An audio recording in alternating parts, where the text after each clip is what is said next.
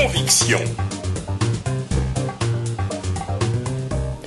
Chers amis internautes, chers téléspectateurs, je suis très heureux de vous retrouver aujourd'hui pour ce nouveau rendez-vous de conviction. Vous êtes bien sur Radio Mboté, la voix de la diaspora africaine. Aujourd'hui, eh bien, j'ai le grand plaisir de recevoir Madame Assanatou Doucouré, qui est la présidente de Mousso Yiriwaton, qui est l'association des femmes maliennes de la diaspora en Belgique pour la promotion de la femme et de l'enfant. Nous allons donc avec elle aborder des sujets d'actualité de son pays, notamment le Mali, mais surtout faire connaissance avec elle. Alors, pour ceux qui ne vous connaissent pas, en tout cas, personnellement, eh bien, c'est la grande inconnue. Qui est cette grande dame qui préside aux destinées d'une structure qui fait beaucoup parler d'elle, puisque chaque année, notamment, vous organisez la panafricaine de la femme, vous organisez le Tabaski, autant d'événements qui mobilisent fortement la communauté africaine de Belgique et singulièrement à Bruxelles. Vous présidez Mousso Yiriwaton depuis de cela quelques années. Alors, pouvez-vous nous dire en quelques mots, qui êtes-vous, Assanatou Doucouré? Bonjour, Monsieur Zouzi. Et merci de m'avoir donné cette opportunité. Assanatou Doucouré, pour parler de soi-même, ce n'est pas un exercice facile. Eh bien, je vous dirais que Assanatou Doucouré est une Malienne. Elle est née au bord du fleuve Sénégal, au Mali, dans la première région économique du Mali. Et cette première région qui a vu débarquer le colonisateur, donc c'est la toute première ville où le colonisateur a pénétré le territoire malien. Donc je suis née à Caï, j'y ai grandi et j'ai quitté ma ville natale que j'adore après le baccalauréat. Après le baccalauréat, je suis allée dans la capitale pour faire l'université. À Bamako. À Bamako. J'ai fait philo-psychopéda pendant 4 ans. Et lorsque j'ai fini, mon gouvernement avait besoin. Donc, ma formation me prédestinait à l'enseignement. Malheureusement ou heureusement, c'est le ministère de la Santé qui avait besoin de psychologues. C'est ainsi que mon chemin a été dévié de l'enseignement. Je suis allée au ministère de la Santé et de l'Action sociale. Alors, j'ai commencé d'abord par faire le concours d'entrée à la fonction publique. Et lorsqu'on adhère à la fonction publique malienne à cette époque, on devait faire le service militaire. Donc, j'ai fait 2 années de service militaire. Au bout des 2 années, mon service m'a envoyé à l'Institut national de recherche en santé publique pour participer à un projet de la Banque mondiale dans le cadre de la stratégie alimentaire, donc pour la réduction de la malnutrition dans 3 régions du Mali. Je suis restée pendant 3 ou 4 ans dans ce projet. Et de là qu'on m'a déniché, je suis allée dans le programme national de lutte contre le sida. Et c'est dans ce cadre que j'ai sillonné le monde et j'ai vu la Belgique pour la première fois à cette occasion-là. Quand je passais pour les États-Unis, je suis venue en Belgique et j'ai eu un coup de cœur pour ce pays-là. Et j'ai fait sillonner les États-Unis dans le cadre de la lutte contre le sida. J'ai fait beaucoup de pays africains, malheureusement pas le Congo, mais j'ai fait beaucoup de pays africains dans le cadre de la sensibilisation et pour la réduction de l'infection au VIH-Sida. Alors, votre parcours que vous venez de développer ici, à l'attention de nos amis auditeurs et téléspectateurs, montre à quel point vous êtes véritablement engagé dans la cause que vous défendez, notamment à la tête de Mousso Yiriwaton. Alors, parlez-nous un peu de cette association. Quand a-t-elle vu le jour? Depuis quand en êtes-vous la présidente? Mousso Yiriwaton est né en 2010. C'est une jeune association. Et j'avoue que j'ai été l'initiatrice suite à une visite que j'ai effectuée au Mali. J'ai été dans un village à 60 km de Bamako. J'ai vu les femmes et les enfants dans une détresse incroyable. Moi, ça m'a interpellée. Et quand je suis revenue, j'ai réuni mes sœurs. J'ai dit, nous ne sommes pas nombreuses ici, mais nous ne pouvons pas venir ici et croiser les bras. Moi, j'ai vu des choses affreuses. Il faudrait bien qu'on fasse quelque chose. Même si c'est une petite action que nous menons, c'est quand même une petite goutte dans un océan, mais quand même c'est un pas. C'est un petit pas que nous allons franchir. Donc, depuis 2010, nous avons érigé notre association en ASBL, dans le but d'abord, puisque nous ne sommes pas nombreuses ici, les Maliens ne sont pas nombreux en Belgique. Alors on s'est dit, créons un lien de solidarité. Combien de Maliens, plus ou moins, en Belgique? À peu près dans les 3 000, 4 000. D'accord. Ceux qui sont officiellement reconnus, bon, on sait que, voilà. Nous avons dit qu'on crée un lien de solidarité entre les Maliens ici, et aussi, surtout, les femmes, parce que nous avons un certain niveau d'éducation qui n'est pas très élevé. Donc nous passons au travers des médias, tout ce qui se passe, tout ce qui se dit sur les médias, les Maliennes, en tout cas le groupe que je connais, passe à côté.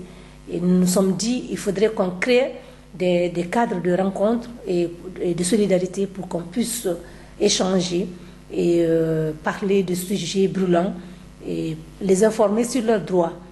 Et non seulement les Maliennes qui sont là, mais aussi essayer de tendre la main vers ces femmes qui souffrent et ces enfants qui souffrent au Mali. Alors précisément, la situation politique de votre pays a basculé en 2012. On ne va pas revenir sur les circonstances. Nous sommes heureux de savoir que depuis juillet 2013, votre pays a un nouveau président, Ibrahim Boubacar Keïta. Avec le recul, en tant que femme résolument engagée en faveur de la paix, quel regard portez-vous sur la femme malienne aujourd'hui? Le regard que j'ai vers la femme malienne d'aujourd'hui, c'est un regard très mitigé.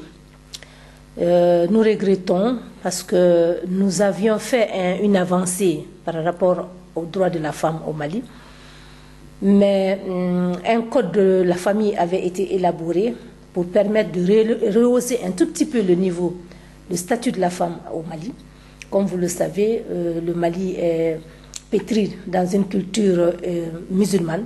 Donc la femme, elle joue un rôle de second plan et de façon très accrue. Mais avec la société civile, les associations de femmes et la communauté internationale, dans le cadre du deuxième FED, l'Union européenne avait donné cette opportunité au Mali de pouvoir corriger ce code de la famille et pour que les femmes puissent un tout petit peu avoir un minimum de statut et de réduire la discrimination entre hommes et femmes. Il y a eu beaucoup de résistance, c'est le moins qu'on puisse dire. Justement, c'est ce que je dis. Je dis il y a eu un recul, parce qu'il y a eu un recul. Les femmes même, vous ne pouvez pas imaginer, ce sont les femmes qui étaient les actrices de ce mouvement-là. De ce recul. De ce recul, de ce mouvement qui revendiquait le maintien du statut quo de la femme. Donc d'être toujours soumise à l'autorité de l'homme. Parce qu'elles pensent qu'on les a éduquées dans une philosophie qui consiste en la soumission totale, à l'obéissance totale et qui est au nom d'une religion, j'en doute fort. Donc elles pensent qu'elles ne peuvent pas être indépendantes, qu'elles doivent rester toujours derrière leur mari pour être soutenues par ces hommes-là. Sans les hommes, qu'est-ce qu'on peut devenir? C'est ce qu'on leur a inculqué depuis le bas âge.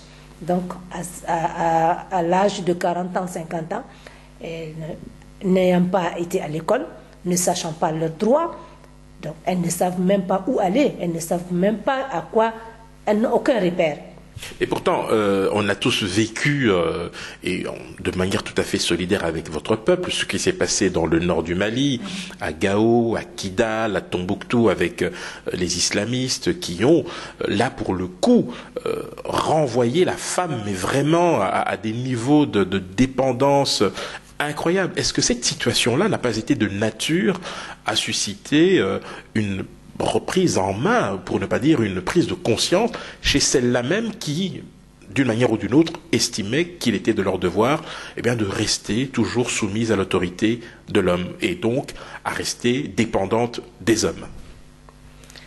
La situation que nous avons vécue dans le nord du pays, je peux dire que les femmes qui sont dans le nord du pays, elles sont restées telles qu'elles sont.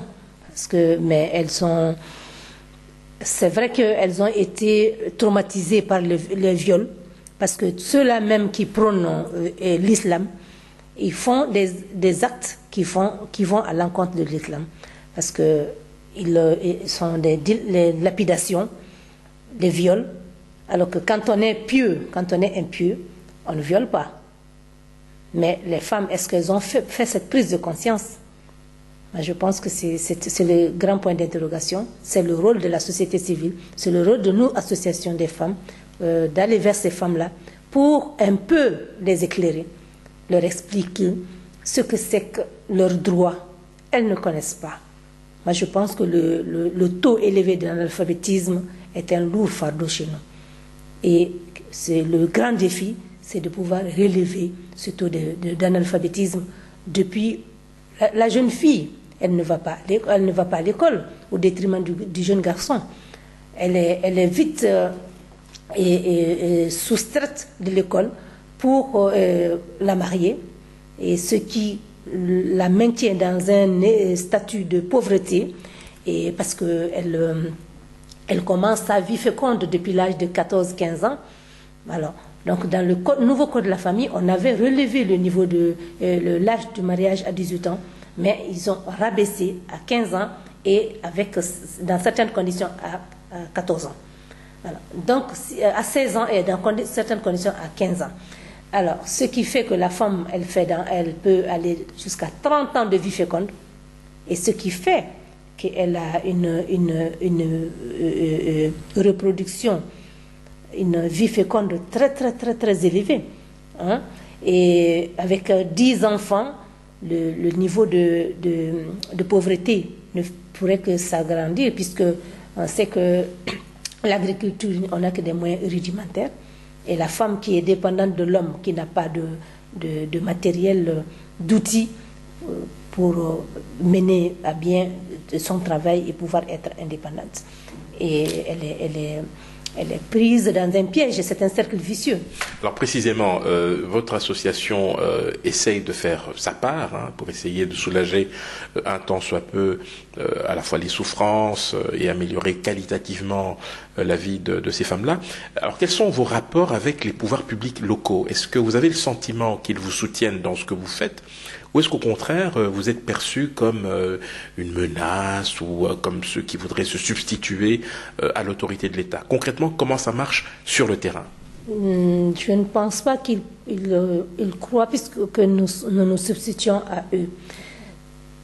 C'est vrai que quand on est à l'extérieur, aussi bien la population que les autorités pensent que nous sommes une vache laitière, alors que tout le monde sait les conditions de vie en Europe. Donc, ce que nous faisons ici, nous essayons de mener des activités pour poser des actes chez nous. C'est ainsi que nous avons pris un projet multidimensionnel qui consiste à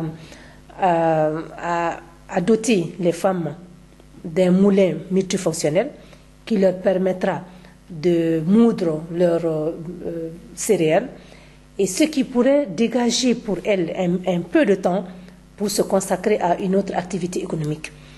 Et ça pourrait leur faire une bouffée d'oxygène et pouvoir également, à partir de là, faire des activités de maraîchage et réduire un tout petit peu. Comme je vous l'ai dit tantôt, j'ai vu des enfants qui souffraient de kwashiorkor, qui souffraient de malnutrition sévère.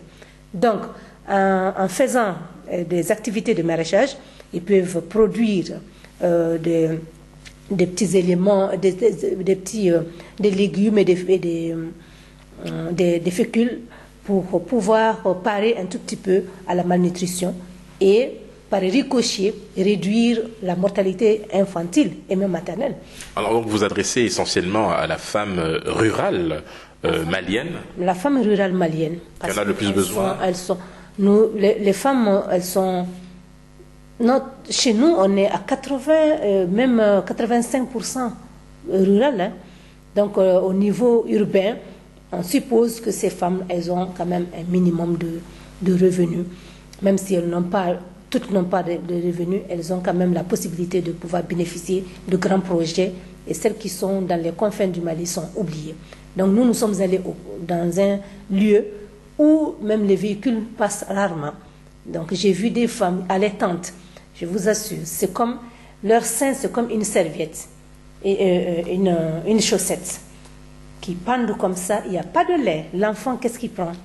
Donc, si la femme, elle arrive à avoir de petites activités de maraîchage, elle peut manger à sa faim. Et l'enfant aussi aura du sein, parce que le sein est indispensable à la bonne santé de l'enfant. Alors c'est un tableau apocalyptique que vous nous brossez ici. Alors je voudrais qu'on revienne un petit moment sur la situation au nord du Mali. On a bien compris qu'il y a eu une recrudescence des hostilités il y a de cela quelques semaines. Il y a un processus qui est en cours de dialogue. Vous, personnellement, en tant qu'actrice du milieu associatif, vous présidez aux destinées de Murso Yeriwaton. Est-ce que vous pensez que la réconciliation est encore possible aujourd'hui dans votre pays? La réconciliation, elle est obligée parce que nous sommes dans un processus qui doit absolument aboutir dans la mesure où nous sommes liés par des traités, des conventions. Et les responsables actuels du Mali sont face à une responsabilité historique. Scinder le Mali en deux.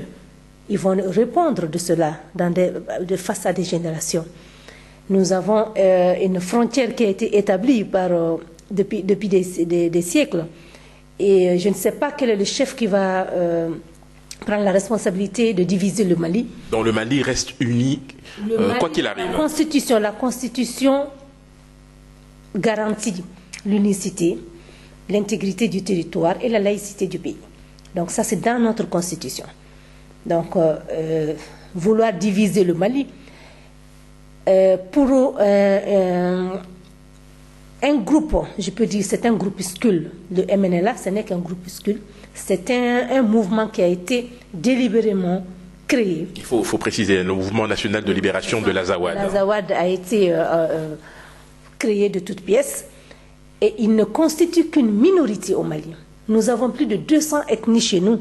Si les Touaregs veulent prendre leur indépendance, qu'adviendront des autres ethnies? Il y a 200 ethnies. Et toutes les ethnies sont là avec une oreille attentive, n'attendent que les autorités maliennes. Est-ce qu'ils vont donner à ces Touaregs leur indépendance? Si ils donnent. Et si jamais ils donnent l'indépendance à ces Touaregs, toutes les autres ethnies vont se lever. Parce que pendant des années et des années, pendant des décennies et des siècles, les autres régions ont soutenu ces Touaregs-là. Parce que les ressources viennent des autres régions et pour soutenir les Touaregs. Et maintenant, les Touaregs, ils constituent 10% du nord du Mali. 10%. Donc, on a 90% qui restent. Et parmi les 10%, les Touaregs constituent 2% de l'ensemble du territoire malien. 2% de la population. Vous imaginez un tout petit peu. 2% de la population. C'est une situation effectivement assez complexe. Assanatou Dougaré, nous arrivons petit à petit au terme de notre émission. Alors, parmi les actions que vous envisagez de mener aussi bien ici en Belgique que sur place là-bas avec vos partenaires éventuels. Alors, est-ce que nous pouvons avoir une petite idée de ce que vous préparez?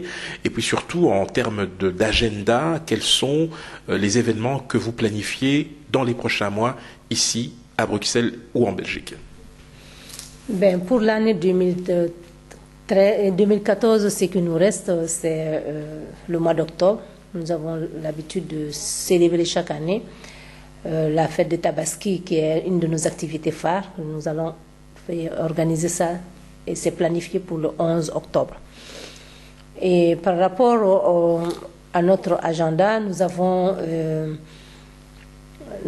des projets pour ces femmes et nous avons contacté nos partenaires pour voir qu'est-ce qu'on peut faire. Les écoles ici, la commune sur laquelle nous vivons, Nous avons contacté les bourgmestres pour voir qu'est-ce qu'on peut faire pour les femmes réfugiées qui ont tout perdu, qui n'ont plus rien, qui ont délaissé leur famille, qui ont perdu tous leurs biens et qui se trouvent dans une situation désemparée.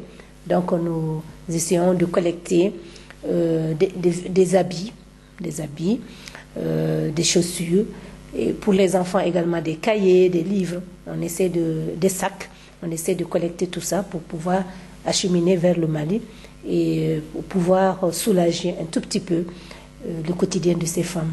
Alors, où peut-on adresser ces dons? Est-ce qu'il y a un numéro de téléphone, un site web où les gens peuvent justement venir prendre des informations et pourquoi pas participer ou contribuer? Bon, notre site est en cours d'élaboration, mais nous avons un trésorier qui est là, qui répond à tous les appels. Il est au 0476 22 07 43. Donc, il s'appelle M. Carvalho, c'est un Belge qui a vraiment accepté de mettre son temps à la disposition du Mali. D'accord. Alors, la panafricaine de la femme, cette année, vous n'envisagez pas de le célébrer? Non. Cette année, on ne célèbre pas la panafricaine. Nous allons célébrer la Tabaski. Et nous allons faire de la Tabaski la nuit du Boubou. Donc, la nuit du Boubou, ce serait vraiment une grande rencontre qui impliquerait toutes les femmes. Ce n'est pas seulement des femmes maliennes, mais c'est le boubou. Le boubou représente une tenue vestimentaire de toute l'Afrique. Alors, le mot de la fin? Le mot de la fin, c'est que je remercie énormément, et c'était un grand plaisir pour moi de venir dans vos studios pour parler de la cause de la femme, et que nous demandons à tous de pouvoir nous accompagner dans nos actions qui ne sont pas difficiles, qui ne sont pas faciles du tout.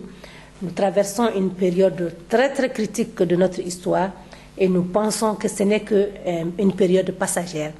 Nous avons de l'espoir et nous pensons que les Maliens ont tous, comme on dit chez nous, leur nombril enterré sous le sous-sol malien, et à partir de là, nous ne pouvons pas développer une haine entre nous.